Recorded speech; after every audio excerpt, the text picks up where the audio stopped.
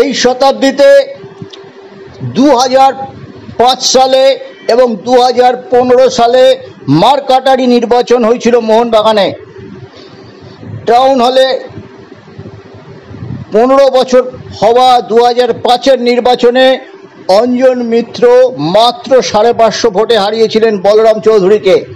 তার আগে বলরাম চৌধুরী হাইকোর্টের নির্দেশে স্পেশাল অফিসার শ্যামল সেনের অধীনে ফুটবল টিম দেখাশোনা করতেন। রড্রিগেজকে এনে 19 দিনে দুবার ইস্টবেঙ্গলকে হারিয়েছিলেন।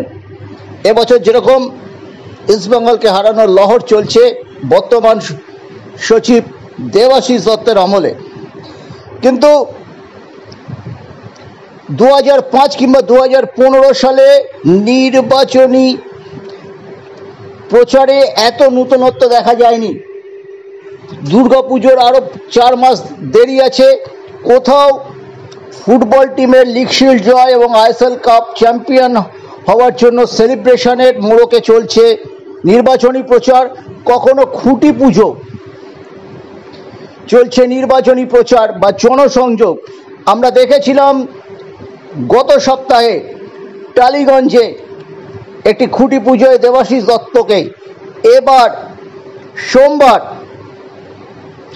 বুদ্ধ পূর্ণিমার পূর্ণ দিবসে আমরা দেখলাম এসবি পার্ক সর্বজনীন দুর্গাপুজো কমিটির খুঁটি পুজোতে মোহনবাগানের নির্বাচনী প্রচারের ঝলক। ডাইরেক্ট বক্তৃতা বা সরাসরি ক্যাম্পেন নয়, কিন্তু পরোক্ষে একটা ক্যাম্পেন। কারণ এই কথা বলছি, এখানে ছিলেন মোহনবাগানের সচিব পদে দেবাশিসের চ্যালেঞ্জার সৃঞ্জয় বসু, ছিলেন শিশির ঘোষ এবং শিল্টন পাল, যাকে বা যাদের বারবার দেখা যাচ্ছে সৃঞ্জয় বসুর পাশে এই নির্বাচনী প্রচারে বিভিন্ন সভায়। মোহনবাগানের সংযোজন হচ্ছে সুব্রত ভট্টাচার্য, মোহনবাগান জনতার প্রিয় বাবলুদা। এসবি পার্কের এই পূজা প্রাঙ্গণে খুঁটি পুজোয় বুদ্ধ পূর্ণিমায় দিন উপস্থিত ছিলেন পাশে সৃঞ্জয় বসু, শিল্টন পাল, শিশির ঘোষের মতো মোহনবাগানের সফল অধিনায়কদের দেখা যাচ্ছে। এটা কিসের ইঙ্গিত? সুব্রত ভট্টাচার্য যেদিনকে টুটু বসুর টোপ দেখেছিলেন দেবাশিস দত্তকে, সেদিন একটি সাক্ষাৎকারে আমাদের জানিয়েছিলেন ঝগড়াঝাটি না করে মিলেমিশে কাজ করুক, দুজনকেই তো দরকার, টুটুদাকেও দরকার, দেবাশিস, সৃঞ্জয় সকলকেই দরকার।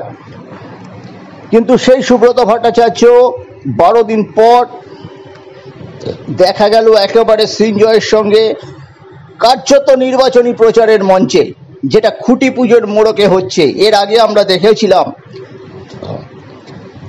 গ্রাউন্ড সচিব, অর্থ সচিবের সঙ্গে দেবাশিসকেও এরকম জনসংযোগ যাত্রায়। এদিনও কিন্তু দেখলাম ঠাকুরপুকুর বেহালা অঞ্চলে 554 জন ভোটার রয়েছে। এই অঞ্চলের ভোট একটা বিশেষ ফ্যাক্টর হিসেবে কাজ করতে পারে এবারের নির্বাচনে। কারণ এই অঞ্চলে রয়েছেন সন্দীপন ব্যানার্জি, শাসক গোষ্ঠীর পক্ষে যিনি একজন বড় মুখ। সব মিলিয়ে কিন্তু শেষ পর্যন্ত নির্বাচন প্রচার হবে কিনা আমরা জানি না। এখানে দিলীপ মণ্ডলের মতো রাজনৈতিক ব্যক্তিত্বকে দেখা গেছে, কিন্তু সব মিলিয়ে কিন্তু একটা টানটান উত্তেজনা দেখা যাচ্ছে, ক্রমশই বাড়ছে। কিন্তু নির্বাচনী উত্তাপ ঠিক এরই আবহে আগামীকাল খসড়া ভোটার তালিকা প্রকাশ করার কথা বিচারপতি অসীম রায়ের। অসীমবাবুর সাথে সন্ধ্যাবেলায় কথা বলেছিলাম, উনি জানিয়েছিলেন মঙ্গলবার উনি মোহনবাগান তাঁবুতে আসছেন। নোটিফিকেশন হবে সংশোধনীর জন্য, একটা নির্দিষ্ট সময় দেওয়া হবে, তার জন্য আগামীকাল পর্যন্ত আমাদের অপেক্ষা করতে হবে। এই সময়টা 7 দিন, 10 দিন বা 15 দিন কিসের? এদিকে দ্রুত নির্বাচন চেয়ে অসীমবাবুর কাছে আবার চিঠি দিয়েছেন সৃঞ্জয় বসু।